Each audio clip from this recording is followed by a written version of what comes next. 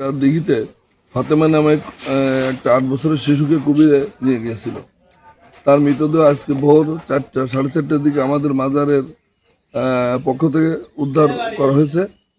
এবং যদিও প্রশাসনের লোক সারা রাতই ছিল, কিন্তু ভোরবেলা আমাদের খাদেমরাই আমরা উদ্ধার করেছি।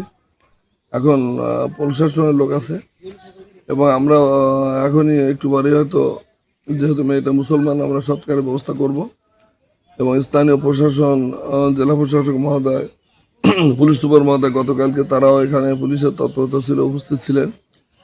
আমরা অচিরে খান জাহানের মাজারে আগত যত দেশি বিদেশি মেহমান, তাদের নিরাপত্তা নিশ্চিত করে কিভাবে কুমির রাখা যায় বা কুমিরকে সংরক্ষণ করা যায় এ ব্যাপারে আমরা ব্যবস্থা নেব। আপনাদের সহযোগিতা চাই যাতে আর দুর্ঘটনা না ঘটে।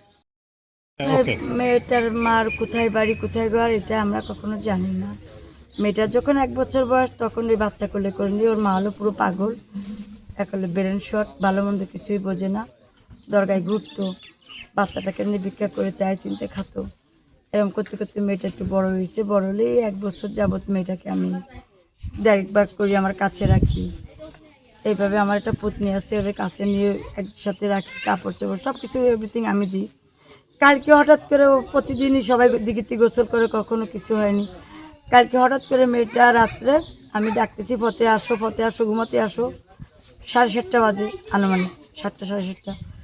ওই মুহূর্তে ওই মেয়েটা আর কি কখন সরে যায়, ওর মা মহিলা ঘাটে শুয়ে রয়েছে, ওর মার দ্বারা যায়, ওর মারে রেখে দরগার নিচে থেকে শ্যাম্পু এনে ওই ঘাটে চলে গেছে গোসল করতে যাওয়ার পরে এর মধ্যে ঝাপাঝাপি করেছে কত সময়, এটা তো আমরা কখনো দেখিও না জানিও না। যখন কুমিরি ধরেছে তখন ওর মা আর কি চিল্লাপাল্লা করতেছে, আর ওই ফতে আর কি চিল্লে উঠেছে যে ও মা আমার কুমিরি ধরেছে। জোরে চিক দিলি, ঘাটের পাশে আমার দোকান, ওইখান থেকে আমরা সবাই চিল্লে পানিতে ঝাঁপায় পড়েছি। পল্লী কুমিরে আর কি ওকে ওইভাবে ধরে নিয়ে ডাইরেক্ট সরাসরি দিঘির দিক নিয়ে চলে গেছে। আমরা ওকে বাঁচাতে পারলাম না। আমাদের এখানে পাহারাদার ছিল, আরও খাদেমগো ছেলে পেলে ছিল, যারা সবাই পানিতে ওই রাত্রে লাফায় পড়েছে ওকে বাঁচাবার তাগিদ দেয়, কিন্তু আসলে ব্যর্থতা অনেক রাত পারলাম না ওকে বাঁচাতে।